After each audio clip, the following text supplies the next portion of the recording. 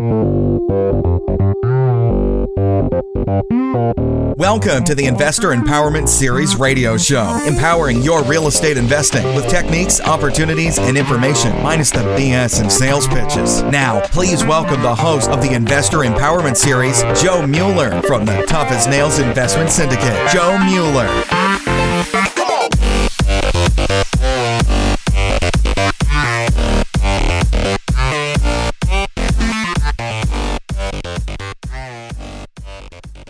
Welcome to the Investor Empowerment Series radio show. This is episode number 40.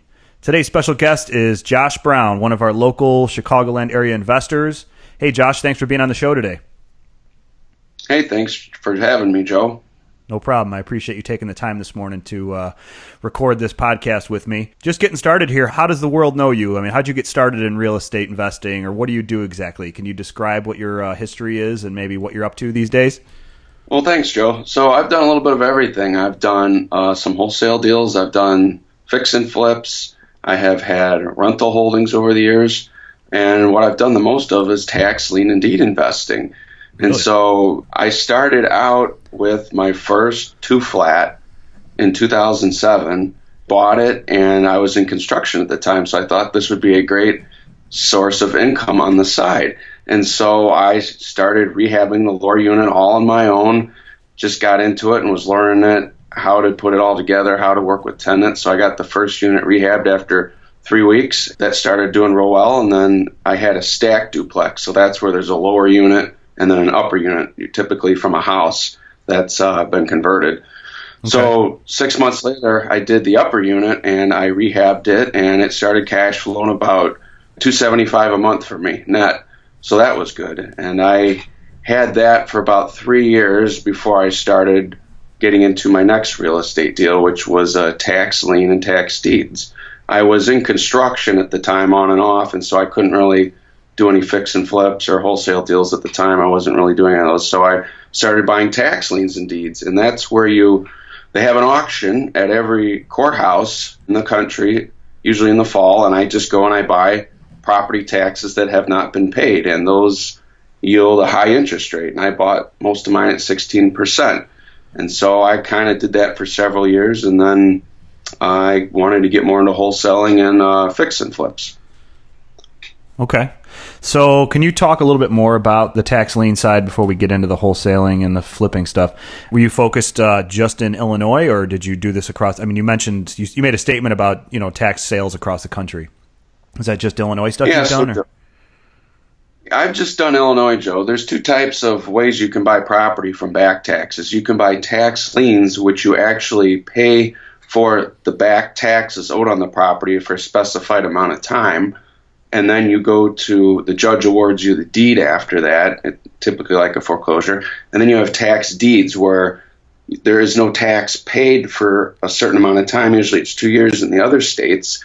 And then you go to auction and you bid the back tax amount plus whatever is awarded over that. So, for instance, if the taxes are $10,000, I have to pay all the back taxes, and then say the auction's bid up to $30,000. I have to pay the $30,000 plus the $10,000 in back taxes, and then I get the property. That's done through a tax deed.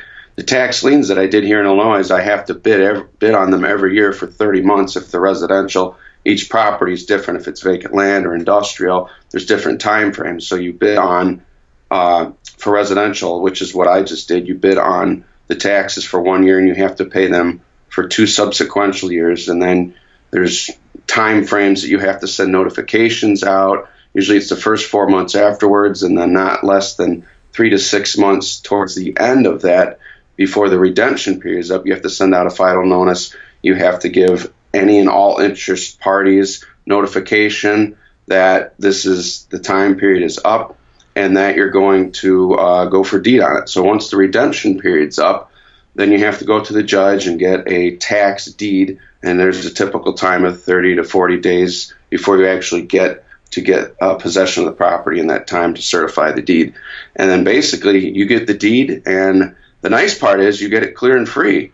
If there's any mechanics liens on it or even mortgages, since a property tax lien is first priority, those other liens typically are wiped out through that transaction. That's why they're such a great tool. And you can get property for anywhere from 10 to 20 cents on the dollar, depending on what it is. That is mainly what I've done. I've done dozens of them. Typically out of 100 tax liens that I would buy, if you got 2 of them to deed, you're doing pretty good. Most people come in and they would redeem those properties in the first year. But you get a 16%, I got a 16% return on them. They start at 18 and it's a bid down process. So whoever will take the lowest interest rate gets that parcel. Mm-hmm. And so I just had excessive cash available or lucrative cash available, and I wanted to do something that was secure and very low risk. And so I started doing this and learned it, and it worked great for a while. But like any part of real estate, things shift in those markets, and it just kind of started to get less and less and less. So then I started moving into a different part of real estate investing.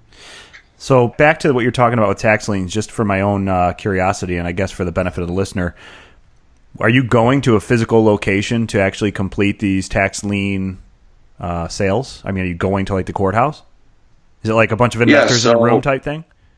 Raising a paddle? It's a bunch of investors in a room, and you have to register prior to, at least in Illinois, you have to register prior to that, and some counties have a fee, some counties don't, and you basically go into the courtroom. When I was doing them, I think it was just the tax or the treasurer is the one that auctions them off, and you just meet in a room, and usually it's done by lottery. You pick a number, and whoever, as they call your number off, you get to sit closest to the treasurer, and basically you sit down there, and it's a small world really with there was maybe, each time I went, maybe 50 to 70 people, and depending on how many parcels are in the county, that may vary. And there's other tax lien investors that come from different parts of Illinois. So I only did McHenry County and Lake County. I didn't go to lots of tax sales, but I did meet lots of investors that were from all over Northern Illinois that came to these. So you get to learn a little bit how things are there, but basically you sit down and you have a whole book of all the parcel numbers that are up for auction in front of you, basically PIN numbers, if they're improved or not, and you can sit down, and it's a very fast process. The treasurer will just read off a number, and you just say, 18% or 16 or 15 or 10%, and whoever has the lowest bid, that's who that tax lien parcel number is awarded, and they get that. And then it's an all-cash thing. You have to have the money that day at the sale to buy those tax liens. Like cashier's check stuff? You bring cashier's checks, they'll take a personal check. Oh, okay. Things like that. They don't take cash. It's got to be check or certified funds. Okay. So if somebody was interested in learning more about this process, I mean, what resources do you know of that they could utilize in order to find out how to either attend one of these sales or, get some more education on it? So the first book I read was The 16% Rule, and it talked about how I can get a consistent 16% return. And my grandfather used to buy tax liens, and I didn't really know a lot about it till I grabbed that book and I started reading on it. And unfortunately, my grandpa died before I was old enough to really understand it. And I just read from there. And, there's lots of information available on the internet. I Googled some stuff. I bought a book, Tax Liens, the Total Process to Buying and Selling Them and Assigning Them. That was a great book, but that wasn't specific. That just kind of talked about every kind of tax sale throughout the county. And I don't go to a lot of workshops. I like going to certain things, but I like reading through books or doing, YouTube videos, just an idea. That's how I learned the best. And so I read a lot, and I just I didn't know anybody that did it. It was hard to find people. So I just went up to my first tax sale in 2012 and kind of just sat in the back and watched what people did, and I had a number, and then I kind of sat down and I learned very fast. I didn't buy any from when we started at 9 till 1, which was lunch. I just wanted to see what was going on, and I learned that there's 10 guys that sit in the front, at least the tax sales I did, and they have so much money to spend, and when they're done spending it, they're done for the day. And I learned that there can be a lot of great deals towards the end of it because they're out and people have spent their money, and a lot of the little guys maybe just have 30 or 40 grand like I did to buy these tax liens, we started getting some really good deals at the end of the day. It goes sometimes till 7 or 8 o'clock at night, depending on how many parcels are. And I was there. I bought my first one at 4 o'clock, and there was probably 25 people left in the room at that point.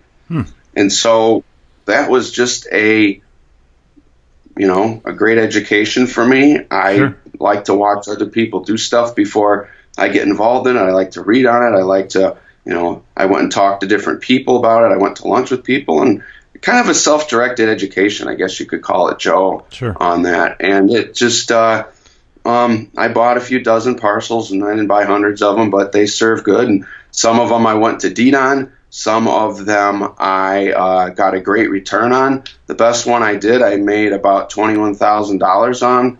I basically assigned my note to another investor. I bought a lot on a house that was put on 3 lots, so that was kind of an interesting thing. And I just sold my interest in the note before the deed for $21,000 to him. That was really exciting. That's the only one I went to deed on. The other ones I got a nice return on. They'd come in, they redeem them. I paid to get out of a few of them. So there's a whole bunch of combinations of things you can do with these. Well, it's just take a step back. What do you mean you paid to get out of a few of them? What does that mean? So sometimes there's what's called a sale and error that you can enter into a tax lien. And that's basically all my paperwork was filed right, but doing extensive research more on the properties, we're getting towards the end, it didn't sound like this was a deal I wanted to get into. So you can file for this. What's that? Something didn't add up, right? I mean, I know what the tax sale error process is like, and I think it's justified by, like, let's say they advertise the property as like a 1 acre lot with a 2-story, 3-bedroom, 2-bath, improved residence, and then you come to find out that it's a 2-bedroom, 1-bath or whatever, and you can file a tax sale and error, right? And then they give you your money back, essentially. Is that how it works? Yes, that's exactly how it works. And that was a very similar situation. There was some information that wasn't quite accurate on it, and I didn't want to go forward and finish that deal. So I did most of this on my own. I actually found a great tax lien attorney, and I went over my deal with him, and I said, I'd like to do this. How do we do this? So he filed a sale and emission error, and we just went to the judge. And sometimes you can get all of your money back. Sometimes you can get your money back plus the interest. Really? In this case, I just got my money back, and I was happy, and we just went on and did something else with that money. But that was one deal I got out of, and so there's all kinds of things that can happen. It's like any other kind of real estate investing. You do your due diligence, but sometimes it doesn't always work out to be the best. And it's good to know that you can get out of these too if need be. Yep. But it's a very specific type of thing that you have to have. So let's talk about that just a little bit more, because you've piqued my curiosity tremendously here. So you go to the tax sale, you bid on some parcels. Let's say you get them at your 16%, which seems to be your magic number. And then within the first, 9 months, half of them redeem, right? Because the homeowners realize they forgot to pay the tax bill, and they're like, "Oh crap, oh well, I guess we got to pay a little bit more than we should have because we forgot to pay our taxes." So walk me through the ones that actually continue to not redeem. I mean, how many years does it take to actually get to that deed process?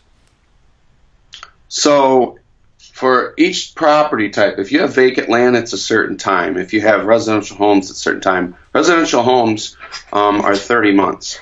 Okay. So a lot of people don't pay their taxes, and so you find out who they are, and then you buy them. But every month you'll see in Illinois on a tax bill that if you don't pay it, there's a 1.5% penalty charged to that person. So if you take 1.5 times 12, that's where you get the 18% interest. Okay. So that's where that revenue comes out. Now there's post fees, there's fees before that, there's recording fees you have to do, there's take notice fees, so there's fees involved too you have to pay, but you get all that back when they redeem. So to answer your question, Joe, after most of them redeem within the first 12 months. Mm-hmm. People come in, they pay the taxes, and then from 12 months to 18 months, people may pay them, they may not. A few more come back at that point. You go from 18 to 24 months. There's less and less in there. And then you finally get to the 24 to 30 months. That's usually where I saw, and when I talked to other investors, where a lot more of the action would happen. So between 3 and 6 months, you have to send out the final take notice to the owner, anyone that has beneficial interest. If there's a mortgage on it, you have to send it to the bank. If the property's listed with a broker, anybody that has interest, you have to send out those notifications. And then it says on there specifically, this is the property address, this is the owner's. It has to get published in the newspaper. And then the clerk does all that for you once you take it in, and there's some more details to that. But you have the redemption period. It says redemption period is this date. After that, you cannot redeem the tax lien certificate. And then there's a time set where you meet with the judge and you go over the details to make sure the process was filed right. He issues a deed, and then usually 30 to 45 days later. But let's say out of 50 that I bought, in the first 12 months, probably 35 of them would redeem. Between 12 and 24 months, probably, I'm going to say another 10 of them. Mm-hmm. And then the rest of them would pay like at the like in the last 6 weeks. Wow. Is when they would come and pay it. And you'd get, you have to sign off on your tax lien certificate, and the clerk sends you that. You sign off on it. You send the original one back. Then they send you a check for all the back taxes, your original principal, mm-hmm. your interest, all the fees you paid, and then that homeowner or property owner gets their their taxes are paid off and everything again. And then the one I went to deed on, we went past that redemption time, and I what we'd call is signed it before it actually went to deed, and you can just change the owner of you can assign that document and change who it will be if it's in a company or name or whatever. And that's what I did on that one. That's pretty cool. I mean, this is a lot of. I can't believe you are so heavily involved in the tax lien side. You've never mentioned it before, but that's cool. Now we know. One last question about that. I mean, that was a great amount of information, by the way. Thank you. Very Sure. inspiring even on my end, because I got things. You got my wheels spinning in my head. Actually, I have two questions now. One is, if they let's say you do the tax sale. You said it's in the fall, so let's say it happens in September, October, or something. Yeah, in Illinois, the tax. Let's see, your first part is paid in June, mm-hmm. and the second part is paid in September. So typically they're in late October or early November. You have to. Some have them on the same day. Some counties don't. Sometimes you can go to different ones. I think it's IllinoisTaxSale.com. You can get a list of all the tax lien sales when they are, and there's a list you can either go online and get of all the properties that are on the sale. But what you want to do, Joe, is get like the Friday before the next week of the tax sale. They have the most up-to-date list, and that's the one you really want to get, because you don't want to spend your time, whether you drive around or whether you know some of the properties, you want to, look at them. And then Sure. that is how you do that. So if they redeem, so let's say, my original question was, let's say the tax sale's in November and you buy, we'll just use arbitrary numbers for this example here, but let's say you buy $10,000 of back taxes. Let's say one property tax bill, which is pretty high, for the year is $10,000. So you put down the $10,000 at 16%, and I did the math real quick. That would be $1,600 over a 12-month period, right? What if they redeem it in December, like a month later? Do you get 1/16 of that, which would be $133, or do you get the full $1,600 if it's only been a month? You're guaranteed a minimum of 3 months. Guaranteed of interest. 3 months. Oh, okay, cool. Guaranteed 3 months of interest. But it does go monthly, right? So if they pay it off 6 months later, then you're only getting, again, on that one example, you're only getting the $800. Correct. That'd be correct. Okay, cool. So you get a minimum of 3 months, and then it's done month by month by month by month, typically. That's and cool. They call them sessions of 6 months. So you get 6 months at 16%, and you get another session between 6 and 12 months of 16%, and then you get between 12 and 18 you get 16%. So it's annually 16% interest on that money, but it compounds, because let's say that first year's up, you have to go back and buy those taxes again. That's called a subsequential tax year. You have to buy those again. So now you're getting interest on $20,000. in this example at 16%. And then if they're not redeemed, you have to go back and buy that third year of taxes, which is the 24th month. Mm-hmm. And basically between that 24th and 30th month, you pay those taxes. And then after the 30th month up, redemption period is up, and there's some fees you have to file before then. But that's how it works. It's all prorated. And when you're trying to buy, well, I shouldn't say trying, when you need to buy the subsequent taxes, are you given like the first crack at them, or do you have to rebid with all those 75 investors in the room again?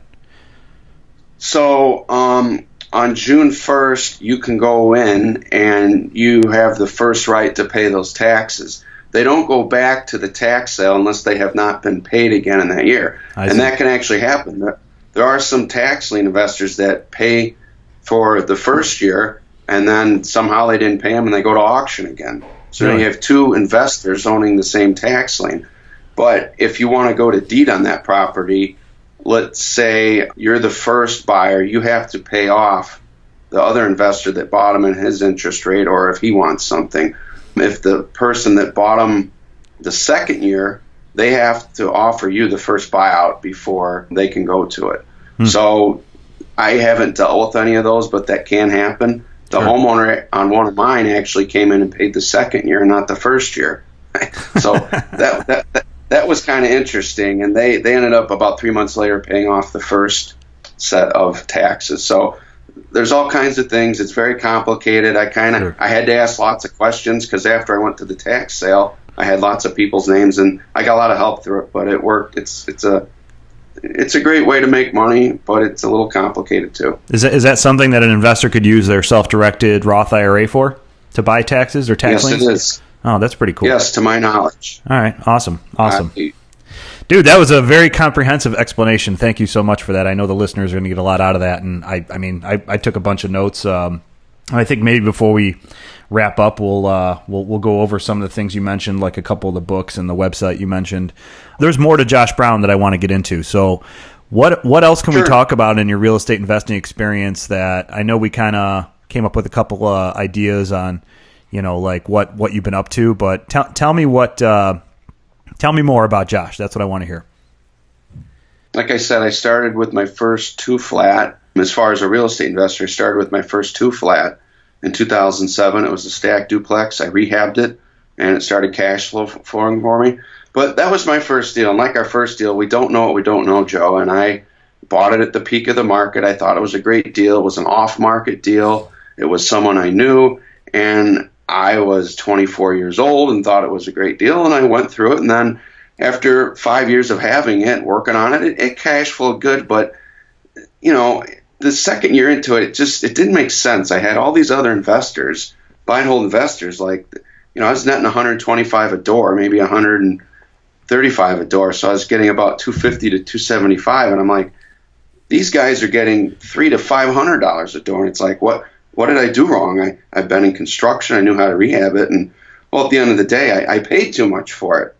So I had to learn on my next deal that buying a property for the right price, depending on what the rehab needs to be or what needs to be done, and have that property cash flow is the essential to everything. That's kind of my first deal, and then I got into tax liens, and then in the last 4 years, I've gotten back being active as far as doing wholesale deals, and I've done 2 flips, and one of them was kind of a prehab. That one we made about $12,000 on. That wasn't bad. And then I got into another rehab about a year and a half. Well, let's see, December of 15. This was a very nice numbers on this one. I did my first partnership, and what I brought to the table was I funded the deal, and my partner was going to do the construction and work with the architects and do the day-to-day stuff. Even though I knew how to do it because I have a construction management degree, I wasn't familiar with the city. And so I went down every week and saw what was going on. And, now when you say that, just so we can clarify, not to interrupt you, but just so we can clarify, you say the city, you're talking about the city of Chicago, or is this one of the suburbs? This is the city of Chicago. I had a great opportunity down there. And so this was my first deal in the city with a joint venture partnership. Okay. I think there's a lot of opportunity in the city for people that like it. It's not for everyone. And so this rehab was a complete gut rehab. We had to put up a garage. We had to cut trees down that were growing where the garage was.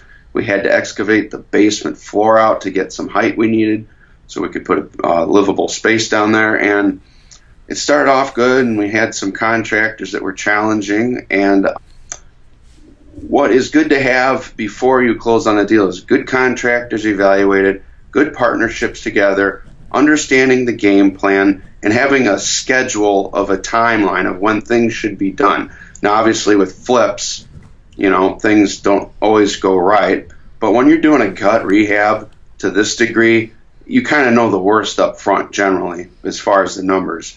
But other things besides buying a property at the right price can go wrong. You can have contractors, which are a challenge in any market, I think. You got to be on top of them. You got to be on the same page. You want to make sure they're doing a great job. And in this case, we had some contractors that weren't that good. And after about 6 weeks of, we paid out some money and things weren't done right. Things weren't built to code, which is the biggest factor in a rehab. Some flippers I know, they get full permits, some don't. But nonetheless, you want stuff built to code.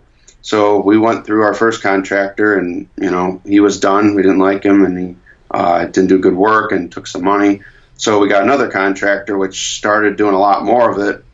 And after that process, we were into the house pretty good, and things weren't built to code again. So we had another bad contractor. So we ended up actually, work wasn't done good, and the floor in the basement was not poured to the right height. So we ended up firing him. And, in partnerships, you got to be on the same page. And at this point, we were having some communication issues, but once you're in a deal, you're in a deal. You got to finish it. Mm-hmm. So we hired a third contractor, and he got quite there, did some stuff. We had to tear some stairs out and redo them.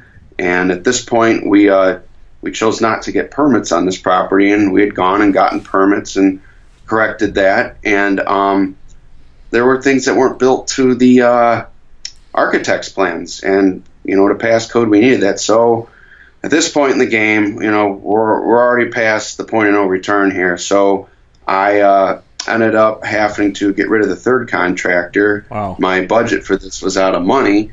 And so what I had to do was I had to find a bunch more money that I did not have to this project. So I ended up getting my own contractor from another investor I know that he had some issues with fix and flip. And he came over and evaluated it, and I just could not believe what we had to do to get this thing done. So at this point, after all this had happened, I'm on my own here, and I kind of rehab the rehab. We had to gut the basement out and tear a bunch of the second floor out and redo all this, and we're just about ready to finish it up and put it on the market. But what turned out to be a 14-week rehab, we're well into about 16 months now, and when you're using private money, that can get expensive, paying it month after month and finding more capital to finish it. So, through flips, I think it's great with my second one here. I'm glad it wasn't my first one, but my second one, Joe. Have good joint ventures. Have good agreements that are there. Find good contractors. Like me, I was funding it, and I saw this partner's 5 or 6 other deals that look good, and as long as they look good, it works. But that's not how this business is. And once again, good joint ventures, look at their resumes, talk to people they've done business with, get good contractors, look at the contractors' work, not just yours. Go around and check out their job sites, see what they're doing, see the type of craftsmen that they have there, whether they're carpenters, electricians, whatever, see what kind of work they're doing. If you get a new contractor, spend a day with them, go to their job site, see what they're at, talk to their referrals, see the finished product. They'll give you a list of people that have finished product. Even if there's homeowners in there, go look at it. I mean, it's all about being upfront and really evaluating the deal, evaluating your partner if you have one, evaluating your contractor. Spend a lot of time doing that, because a week or two of work can save you a whole lot of money. And in my case, I paid the hard way. I knew how to do most of this work, and I went off some stuff that seemed real good after I saw some deals. But, in the next one, the homework will be done a lot more. And to the listeners here, whether it's your first deal, your second, your fifth deal, whatever, you can have great deals and you can have deals that don't always work out. But, it's one thing if the market conditions change. But what you can control is how you buy the property, the contractors that you use, the partners you want to do deals with, the lenders that you work with. that's 90% of the headache. The market we can't always control, but here there could have been some more homework done up front. So this is my second flip I'm doing. I'm actively looking for my third flip, and I've done, outside of flips, I've done some wholesale deals that have been, some of them have been nice. I got one closing next week that will be really good. And so my goal this year is to do 5 flips, and I'm actively looking. I got funding, I have the experience, and so, I hope people out there that are looking to do fix and flips, it's a simple process, but it is not easy. Mm-hmm. Not any part of real estate's easy, whether it's tax lien investing or fix and flips or buy and holds. The contracts might be simple and the whole the process, but actually doing the work is not easy. It's a lot of work, and it takes time. There's headaches, and you just have to keep moving if you want to be involved with this business. It can be horrible, and it can be incredibly rewarding. I've found more reward out of it than it's been pain, and even through a tough fix and flip, I'm up to doing more. And the real estate for me isn't just a business; it's a passion. It's a way of life. I live my life by it. I enjoy it. I dream it, and I just, you kind of come indulged by it. And I talk with other investors. You and me, Joe, we've talked about some deals, and it's just a way of life. It's great. Do you mind if I ask you some more questions about this situation you brought up? Just because you brought up some really, at least even on some key points, I want to just rehash real quick. One thing. Sure, go ahead, Joe. One thing you said your first deal was a. If I heard you right, you said it was a prehab, right? Prehab. Yes, that's correct. Do you mind explaining what that is exactly, or maybe how that deal went down? So a prehab, in my mind, this current one I'm doing is a gut rehab, which means we're ripping it all the way down to the stubs and doing some basement work, garage. So a prehab, kind of how I've determined that, is it doesn't need major functions replaced. This other one was just a small 3-bedroom, 1-bath ranch that I did on my own, and it needed like new flooring, carpet, maybe some paint. We had to put up some new blinds. I think we replaced half the windows.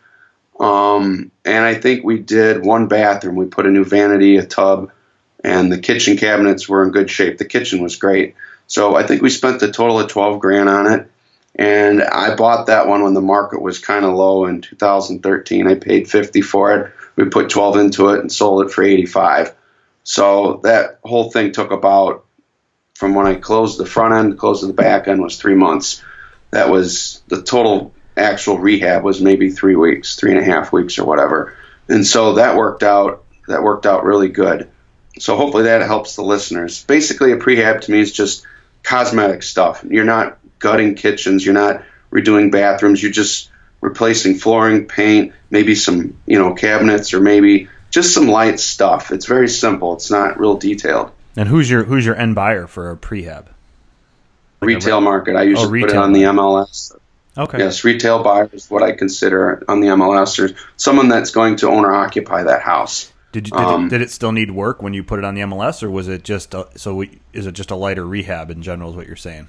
It was a lighter rehab. The landscaping that wasn't the best. There could have been some retaining walls, maybe just little flower beds and stuff like that. The driveway, it worked. It could have been replaced, and I thought for the price I put on the MLS, it went pretty quick, and it worked out good. But that doesn't mean it's like, you have different kinds of flips. You're doing a prehab. You got to see what the numbers are in that market and what it can support. You got to have a huge spread. And what I mean by spread, Joe, is when my front end purchase price, I buy it, to the purchase price I resell it at, whatever those numbers are. That's what I mean by the spread. Sure. In this house, it didn't make sense. We made some money on it, and it made sense. And where there's bigger spreads, you can do larger rehabs. So that's a factor to consider when you're evaluating a deal.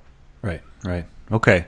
Oh, that's great. Thank you for explaining that part of it. I want to kind of jump into something we haven't talked about that much, and that's joint ventures. So you were using the term joint venture as well as partner, and I'd like to kind of clarify for the listeners' benefit, what you see a joint venture as and how that structure works. I mean, we don't need to get into the legalese of it or anything, but tell me about how a joint venture works and how that gets put together so they understand what that means.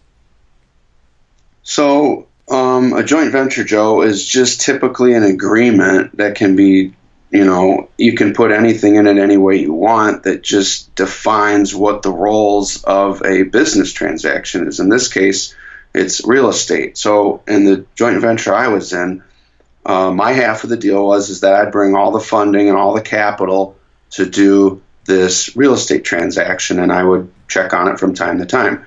My partner wasn't bringing any money to the deal, but he was bringing construction experience, contractors, architects, and daily project management. And so in this case, we had a 50-50 split on the margin, which is the profit. Mm-hmm.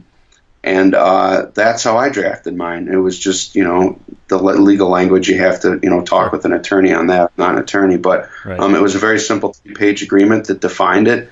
And, it seemed to cover everything at the time. So that's what I mean by a joint venture. It's just two people that have similar interests and can bring something to the table to produce a product or a real estate deal that makes a profit. Okay. A partnership is, I would call that a partnership too.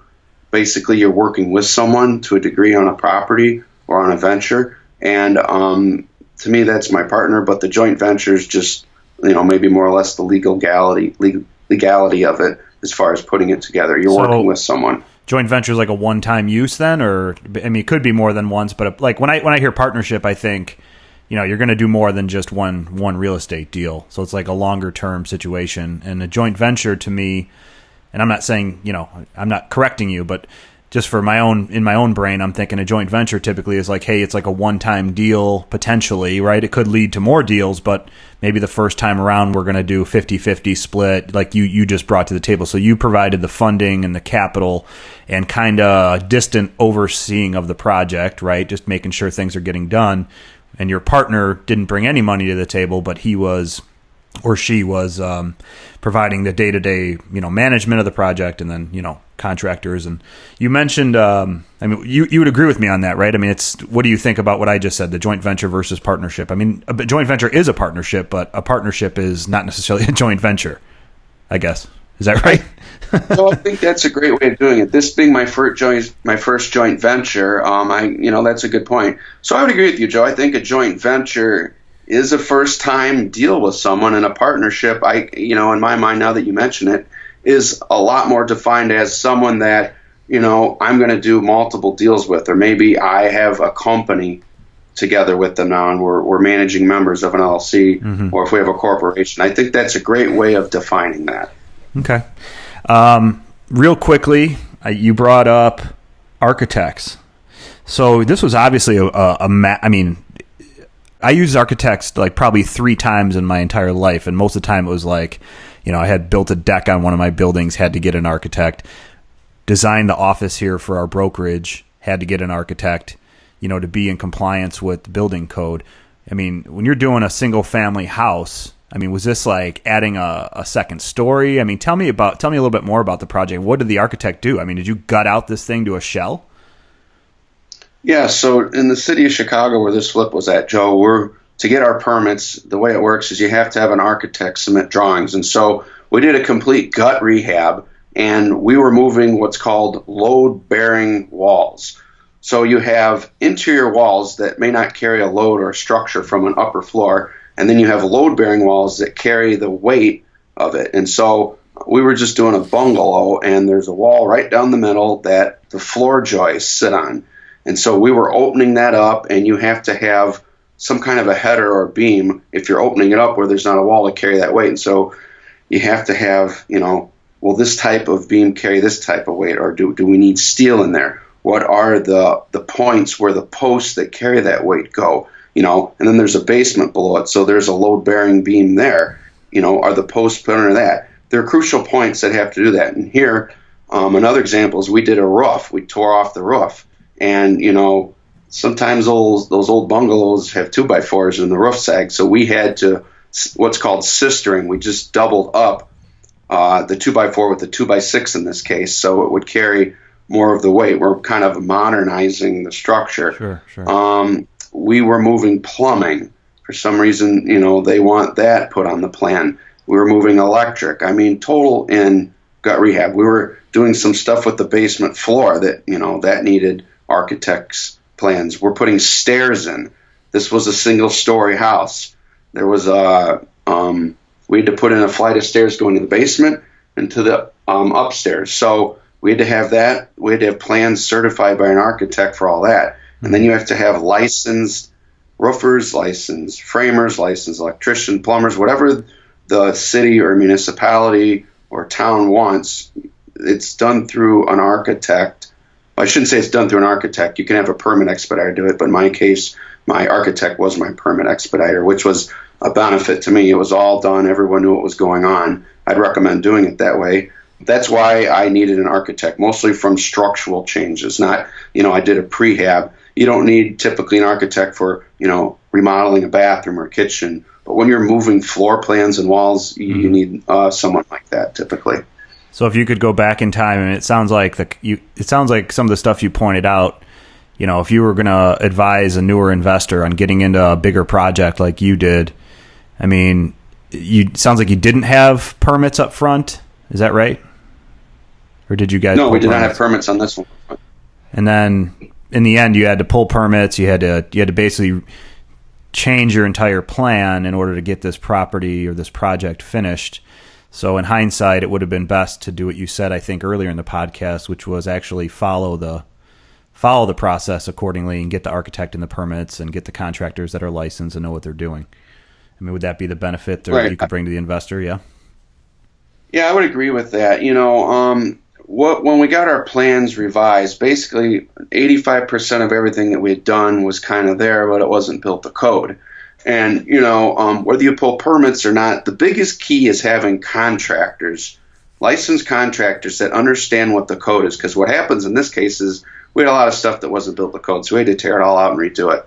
So if you don't pull the permits and it's built to code, the inspectors are going to come in and go, we'll pull some drywall off here, we don't look at that. If it's all built to code, they might charge you twice what the typical permit fee was, but you're not tearing stuff out because it's built to code. They'll put the drywall back on, and you'll be good. In our case, it wasn't that way, so we had to tear drywall out, tear walls out, plumbing, it's like all kinds of stuff. Like starting all over again. So, for the fix and flip investors that are out there, I think if you're doing a total gut rehab like we are, it would have been well worth my benefit to spend, the $4,000 for permit and the permits and the architect fees up front. It would have made it a lot easier because when you don't pull permits and you want to get rid of a contractor, they can call you into the village and that inspector's going to come out and boom, they'll put a nice sign on your front door, stop work order. And that's kind of what happened here. So, everyone wants to save a nickel. Well, you know what?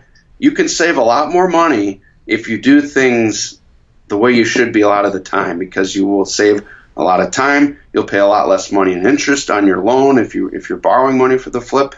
And here's the thing that I experienced is when contractors do not have a plan, they try to get cheap material and do stuff cheap. But when they have a plan and they know they're going to be checked by the inspectors, they want to do it right. They want it built right because they don't want to take their time and go back and do it again because then they're out money. So sure. I think it's great if you're doing a rehab of this nature, get plans, get architects, get them involved, do it the right way. It's faster, it's easier, it's really good to resell the property. That would be my suggestion. That's what all my deals in the future will be like, Joe. Awesome. So one thing I like about this podcast is the opportunity to actually promote, the guest a little bit. And what I'm hearing, or what I've learned so far about you through this recording was that you actually, you pretty much know your shit. You've got a degree in construction management. You've been in construction in the past. Now you're taking that skill set into, the real estate investing world, or you have been. It sounds like you'd be a great potential, almost the opposite of what you did on this most recent joint venture, right? Instead of you being the money guy, it sounds like really maybe you should be the project manager guy. Does that sound right? Yeah, that's how it'll be on all the future ones. I'm not criticizing. I'm just saying, like, maybe there's somebody who listens who's got cash and maybe has an opportunity, but they don't have the guy who's got the knowledge and they don't have the time. So for anybody who's listening and, is looking for a partner on a potential flip deal, Josh is probably your guy. Yeah, I'd have to say, Joe, when I started out, I'll give you a little brief of my history here. I started out at 19. I went through apprenticeship, becoming a carpenter. So probably over my years, I've between framing houses, roofing houses, siding houses, drywall finish, cabinets, concrete work, Tyvek systems, interior systems, drops, the whole 9 yards. I've probably done 350 houses, parts of those houses that I've done. And then in 2008, I finished up doing that. I started my own company doing remodeling. And part of that first deal was when I started my own construction company, my first deal I actually did for myself was my 2-unit. And from there, I got that redone. And then I went to, I started working for the military, rehabbing barracks. It's basically the same thing. And that's when I was hands-on, but I was doing more of the construction management. I kind of did a 1-year construction management degree through my company. And also they have a school I could go to. So it's more of a vocational school, construction management degree. And when I was framing, I ran a crew of about 30 guys between different aspects of framing and roofs and finishing. Wow. So I have a lot of the hands-on experience. I've done the budgeting. I got into, after the military work, I got into commercial work. We were building schools, so that was a little bigger. And then finally I ended up doing industrial refinery construction, doing scaffold systems developments in Whiting, Indiana for 16 months. So that was a whole new adventure. But I have the hands-on work. I have the knowledge how to management, because when I was doing the construction part, doing the management part, I was doing more of working with the superintendents of the job, coordinating with other contractors, doing budgets, working with permits, working with the architects, doing punch lists, working with realtors to resell them, all different kinds. And that's a good question. Why didn't I take that in this first deal? That seems kind of silly that someone would fund to not do that. And the only excuse I have is I was afraid of the city. I did not know the city. I hadn't been down there and done a flip, and partnering with someone that ideally had more knowledge of the city. And after seeing a few of his projects sell and do everything, this doesn't sound like such a bad deal. But in my case, it was more of a painful than pleasure. That doesn't mean every deal with the joint venture is that way. But from here on out, I will be managing them all. And I like doing that. It's what I'm good at. Enjoy the day-to-day stuff.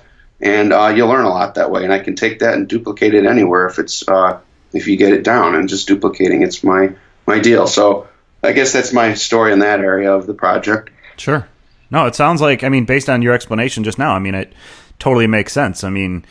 If you're going to work in a specific, let's just pretend you're doing something out of state. We live in Illinois, and let's say you're doing a deal in, Wisconsin or whatever, and you've got a local on-site guy who knows the municipality and knows the permitting process and has done other projects in that area of Wisconsin, for example. Of course, it would make sense to get involved at whatever level you could, and if that's where the need was for the capital, then why not? So now, after hearing your explanation, it does make sense. And I think what you brought up earlier in the podcast, which is kind of the message we need to write home about, is doing your due diligence up front, right? Not only on your joint venture partners, but which I think is a huge component of any type of project you're in. You got to know who you're getting in bed with, and you need to have an exit strategy if something goes wrong. Who's going to be, if there's overages, and maybe in this case you are 100% responsible for the funding. So either way, that's the way the document was written. But there's ways to manipulate that before you actually sign on the dotted line and say, well, I'm willing to fund the deal, but up to a certain point, or if something doesn't go right, here's what our other option is. And then maybe that can help some of these people that are listening to this podcast right now. If they have any questions or concerns, maybe they go to you as a resource because you've been through a lot learning this particular, trial by fire for this particular project in the city is what I'm hearing. So doing your due diligence up front and, code compliance, permitting, contractors. We covered a lot of stuff in this podcast. We're about 50 minutes in at this point. So I guess right now I'd like to say, before I ask you one or two more questions to kind of wrap it up, is there anything else you want to mention before I get to that next segment, asking a few more questions? The wrap up. No, questions. I just think with this, I think, Joe, with as far as the types of deals you want to do, do your due diligence before you sign on the dotted line, because after you sign on it, you're in, and you got to finish it. Otherwise, it may not be such a good deal then. But like I said, check the resumes of partners. If they have people they've done deals with, get their opinions. Was it a good deal? Was it not? Was it okay? Because what I found out is, most people that do joint ventures, if it goes halfway decent and they make some money, they'll probably go back and maybe do another deal with that person again. Sure. If it's a horrible, they're done. If it was great, why wouldn't I do another one? Right. So do your due diligence on the property, do your due diligence on the contractors, do your due diligence of all the people that'll be involved with this, and spend a week. It took me a week, the first one, and I didn't even do the contractors. I just did the partner. I went and looked through almost 35 houses in the neighborhood to see the finishings they had, see what they were selling at, what the neighborhood was, crime reports. Just there's so much involved when you're getting into a new market area. But once you get in a new market area, you can kind of understand and see how it goes a little bit better. Sure. So my biggest factor is just do your due diligence, do your research. That's the factor in every part of this business, whether it's buy and holds, fix and flips. If it's a wholesale deal, you're going to do all that anyways to someone you might wholesale it to or resell it to. That's how I think about it, as far as that goes, Joe. Cool. All right. Anything else you want to mention before I ask you another question? Go ahead. I think I covered everything I could think about with that. There was quite a bit of information there. I know. I just want to make sure. That's because I know you're kind of like me in a way where you've put your hands in a lot of different pots over your real estate career. So, I didn't even know you had done anything with tax lien investing, and that was an incredible explanation. So I figured, hey, maybe there's something else I don't know. That's why I'm asking the question. So just started doing this. What would you tell your younger self if you had to do it all over again? What advice would old Josh give young Josh in real estate investing? So old Josh would give to young Josh would be, I read this book about 3 years ago called The Magic of Thinking Big. And it talked to me about how to, financial security, power and influence, an ideal job, satisfying relationships, building relationships, and talking about what you don't know. And my best advice to my younger self would be look for people in the areas that have success that you want and find out how they did it and what they had to do to get there. And whatever part of your life or business you'd want, that would be what I would tell my younger self. I love that is a great answer. I love that answer. You cannot go wrong by basically. So you're talking about due diligence again, but due diligence of that, of that situation you want to end up in, whether it be financial or some type of, situation in life. And I think that's a great answer. And that's one of the benefits of attending some of these meetups that we host and you attend with me and, meeting different investors is that exact same thing, right? Because some people have a lot of experience, let's say flipping houses in the city of Chicago, and other people have, experience in tax lien investing. And that's why I think really the power of, a meetup group and networking can really kind of jump you to the next level if you meet the right person. All right. So I would agree with that. Yeah, to wrap it up, are you reading any books right now? Yeah, I'm reading a book of my current book. Well, actually, I'm reading two books. One is The 7 Habits of Highly Effective People, and the other one is Personality Plus, which it talks about people's personalities, how to deal with people. Are they a type A, a type B, a type C? And so whether you're in real estate, whether you're in sales, whatever you're in, learning how to deal with people is the key factor in any business. And I have great people skills, but I can always sharpen my pencil on people skills or selling skills or anything. So those are the two books I'm currently in. I have a stack full more I like reading, and I spend a lot of time in the truck and the Tahoe going to the city and look at other deals, and I do the audios sometimes. Sure. I'll listen to books or read them 5 to 7 times before I really get all the stuff out of them. And 7 seems to be that magic number that you hear it again or you read it again, and then it clicks for me, at least at that point. Cool. And cool. Knowledge is power. Absolutely. I love that. I love it. All right, so I'm going to do, before I let you go here, I'm going to do a quick wrap-up of some of the notes I took down. So any of the listeners, if you didn't get a chance to write down some of the books or some of the things that Josh mentioned, I took a few notes, so grab your pen and paper real quick. Josh was talking about tax lien investing initially, and he mentioned a book called The 16% Rule. He also mentioned a book called Tax Liens, The Total Process to Buying and Selling. Is that right? Yeah, that's correct, Joe. Okay. He also mentioned a website that he believes is the a location to find some more information about tax lien investing. If you're interested, that was IllinoisTaxSale.com. What else do I have here? Oh, the last two books you mentioned were The Magic of Thinking Big and The 7 Habits of Highly Effective People. Oh, and the final one was Personality Plus. So for anybody who was listening and didn't get a chance to jot those down, hopefully you got them just now. Josh, you know what? I really appreciate you being on the show today. This was a great podcast, a lot of good information, and I applaud you for bringing forward, some sensitive information about, some of the struggles you've had and turn it into a positive for the listener. So, again, thank you for your time. Hey, thank you, Joe. Thank you so much. One last thing. If any of the listeners want to get a hold of you or maybe strike up a conversation about some of your experiences or maybe contact you about a potential joint venture partnership where maybe you'll do the project management on, how do they do that? They can always Facebook me, or they can call me on my mobile number. That's 815-790-9503. That's probably the easiest way to get a hold of me if they're looking for information or deals or have questions. I'm more than happy to share my experiences and information with other investors. I believe in volunteering information and helping each other to get where they want to go, and we always can network off each other. Doing the networking with you, Joe, I've got a lot of good deals I'm getting more deals out of there. I'm meeting people, contractors, and just learning more about real estate. And I think networking is the key to that. Okay, so yeah, absolutely. I completely agree. And that phone number for everybody who's interested in talking to Josh is 815-790-9503. Then it's Facebook would be Josh Brown. There's got to be about 1,000 of those, but I'm sure we can hunt you down because it's just Josh Brown.